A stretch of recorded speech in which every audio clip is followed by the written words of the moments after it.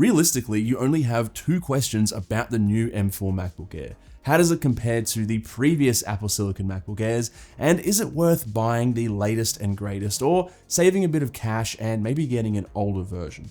Let's just start with the first one because that's the easiest. Apart from the chips inside, there's really been no major differences or improvements since the chassis redesign from the M1 to the M2 Air way back in 2022. That of course included a brighter screen, better webcam, speakers, keys, trackpad, and port selection. And going from the M3 Air to the M4, way less noticeable, right? The M4 has a slightly improved webcam with center stage and slightly better image quality, which I found to not make a huge difference in video calls, and of course the new sky blue color. This also means one of my favorite colors, space gray, is unfortunately no longer an option. You now have sky blue, silver, starlight, and midnight. Probably the biggest physical difference in my opinion is that the M4 Air now supports two external screens in addition to the laptop's own built-in display. On the previous M3 generation, you could use two external screens, but only if you closed the MacBook screen. I think this is a big win for anyone with a dual monitor setup. And if you remember the M2 and the M1,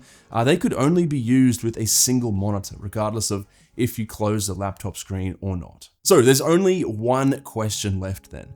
What are the performance differences? Well, remember that Apple made two massive changes to the M4, and that is to not only bump up the base model RAM from 8GB to 16GB, but also drop the retail price by $100 to $999. Now, the RAM increase is pretty self-explanatory. There were some minor reasons in my opinion, like simplifying Apple's product offering and competing with Windows laptops, but the main reason is that 8GB is simply not enough to run Apple Intelligence to the level that Apple wants. In fact, we got a taste of that when Apple released the M4 iPad chips last year with only 8GB of RAM. Now, doubling the RAM on the Air is awesome. Finally, right? We've been begging for it for almost 5 years at this point. Yes, the base model storage at 256GB is still not ideal, but I'll take more RAM over storage any day of the week. And like I said before, it's also cheaper, right? Remember the M1 Air was $999 in November 2020. The M2 Air went up to $1,199, and now we're finally back to the MacBook Air's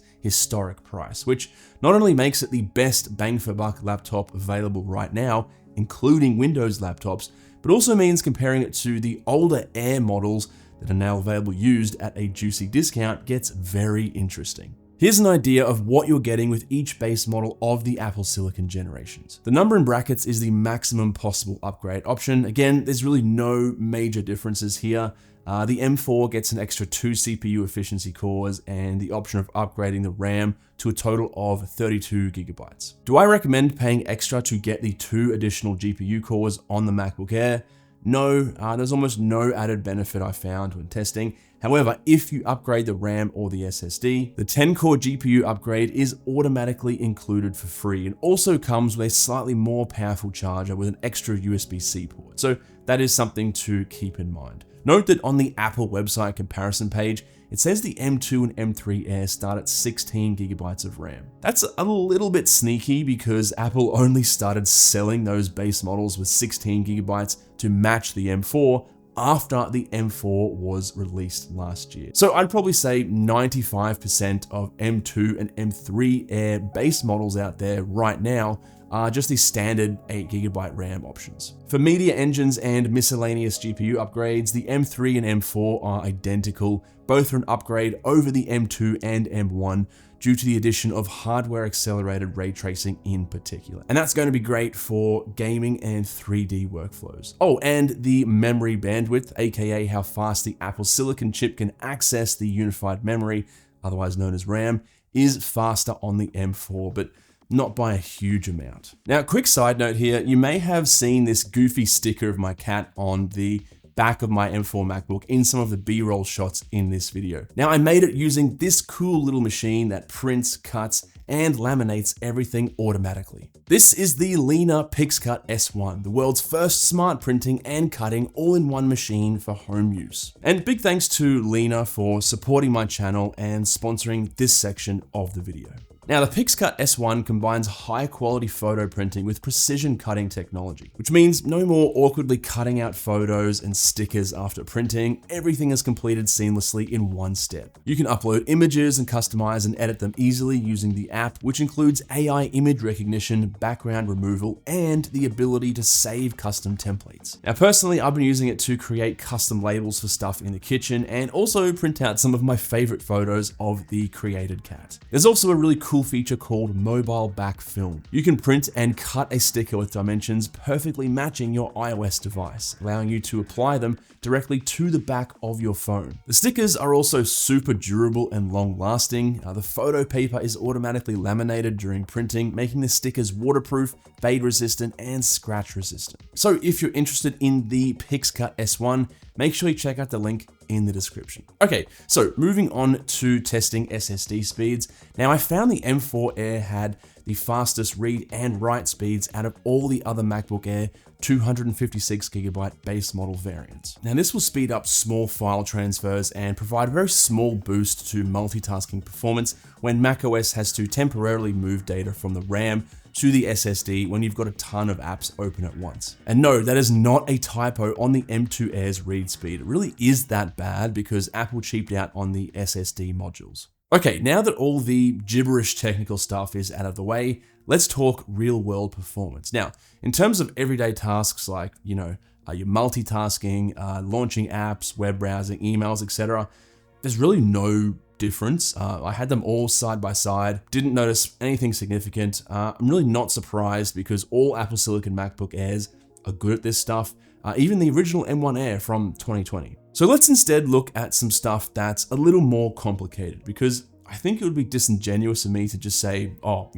everyone uses these MacBooks for simple stuff like web browsing or answering emails, because I know some of you like to really push your MacBook when doing school projects or maybe starting a hobby like 3D animation, for example. So while these more complicated workflows may not be typical of the average user, they are still important. Note that the M1, M2, and M3 MacBook Airs in these comparisons only have 8GB of RAM, whereas the M4 has 16GB. Now, there's two reasons for this.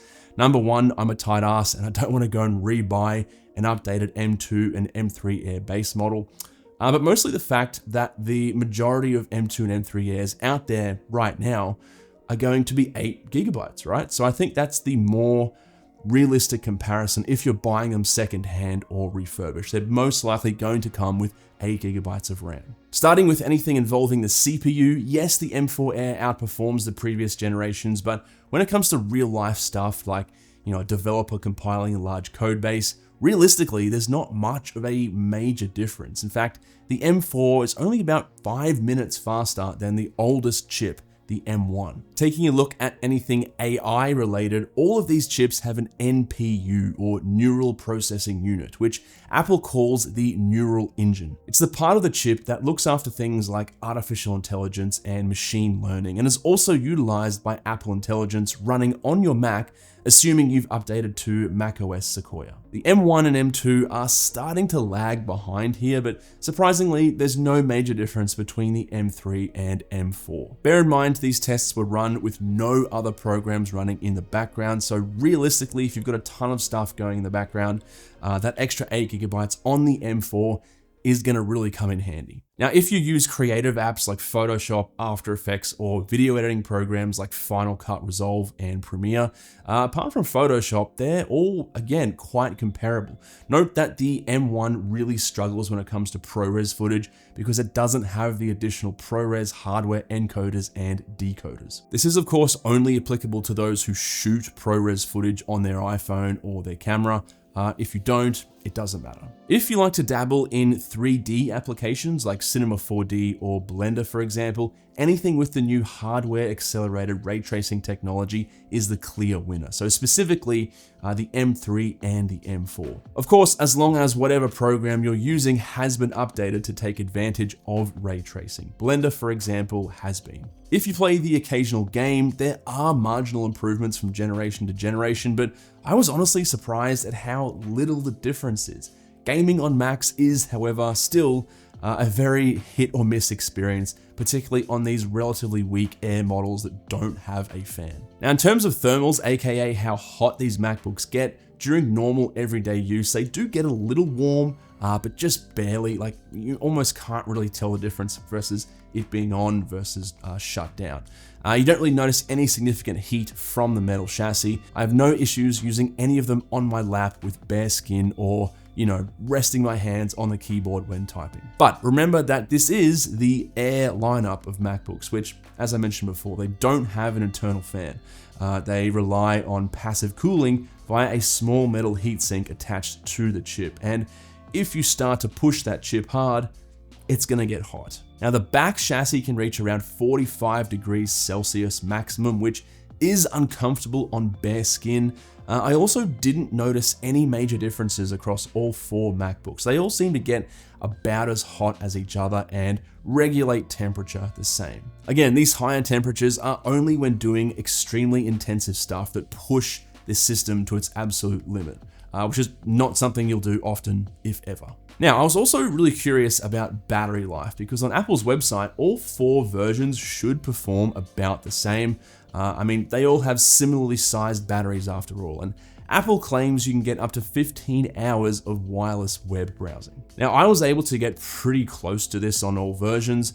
That being said, starting with the M3 chip, Apple has started to focus more on efficiency, so I charged all 4 MacBook Airs to 100% battery, set screen brightness to the same level, did the exact same real-life tasks on each MacBook, including some more intensive stuff, but mostly streaming YouTube videos, and I stopped when the M1 reached 5% battery life. In comparison, the M2 was at 18%, the M3 was at 21%, and the M4 was at 22%. So with the exception of the M1, they all have almost identical battery life. However, remember that unless the older MacBooks like the M1 or the M2 are also brand new and their battery's in perfect health, just like the brand new M4, their battery is obviously going to be degraded somewhat. So take my M1 MacBook Air as an example. It's now almost 5 years old and is sitting at about 90% maximum capacity. So there is some degradation there, but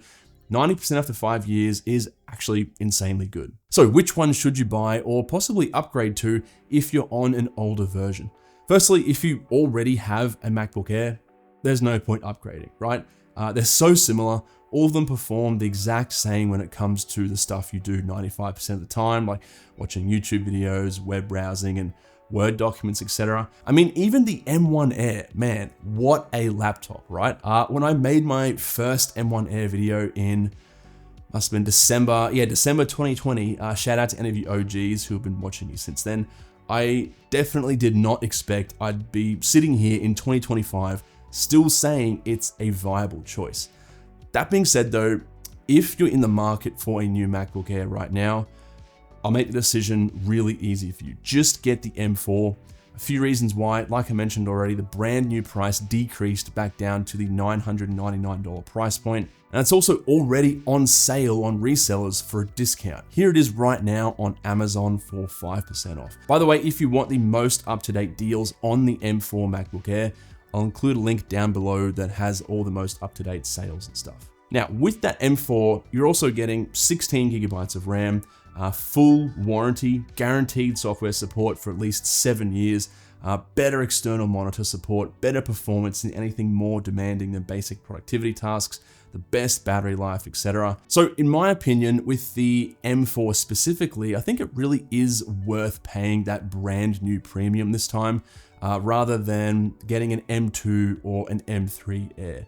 If you can find 16 gigabyte RAM versions of those laptops, and if it's a really good deal that makes it more attractive than the M4. At the end of the day, it really does come down to money. So, if you can find an M3 that's lightly used, in great condition, it's also got 16 gigabytes of RAM, and it's, 30 or 40% cheaper than a brand new M4, maybe that makes sense for you, but for most people, I think just a brand new M4 is honestly a really good deal. The only other thing I think you should consider is possibly upgrading from the Air lineup entirely and going for a MacBook Pro instead.